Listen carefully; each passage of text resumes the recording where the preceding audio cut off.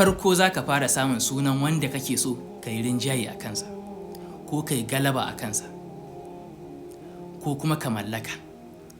Rinjaye ko kuma mallaka, za ka samu sunansa, sai ka rubuta a jikin farar takarda. Ka samu takarda guda biyu, sai ka rubuta sunansa a ɗayar, ka ƙara rubuta sunansa a ɗayar.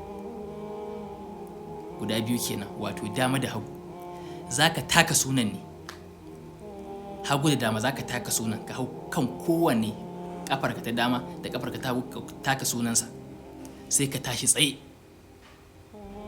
kana kan sunan nasa, sai ka juya rigarka, ka juya rigarka ta koma a baibai kenan, ko kuma ka juya gaba ya kalli baya. In so samu ne ka juya rigar a baibai.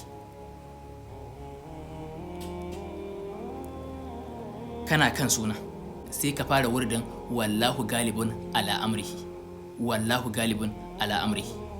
Za ka yi ƙafa 1000, ƙafa 1000 za ka yi. Kana kan sunansa, rigarka a baibai. Billahi lazi la ilaha illahu, idan kai wannan,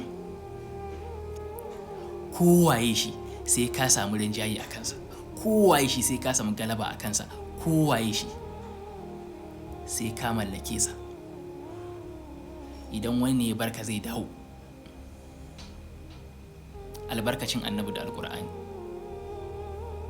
Ka taka sunansa, ka yi wannan wurdin. Ƙafa 1000 ake yi, 1000 ake yi. Wanda ya like, ya yi comment da sallallahu alaihi wasallam, ya yi sharing domin yan uwa su amfana, shi maka baiwa ya je ya jarraba. Amma idan aka kammala, ana yin sadakar abu mai maiko.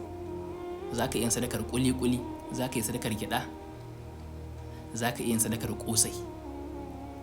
Abu mai maiko ake so a yi sadaka da shi. Allah ya bar mu da san manzon Allah sallallahu alaihi wasallam.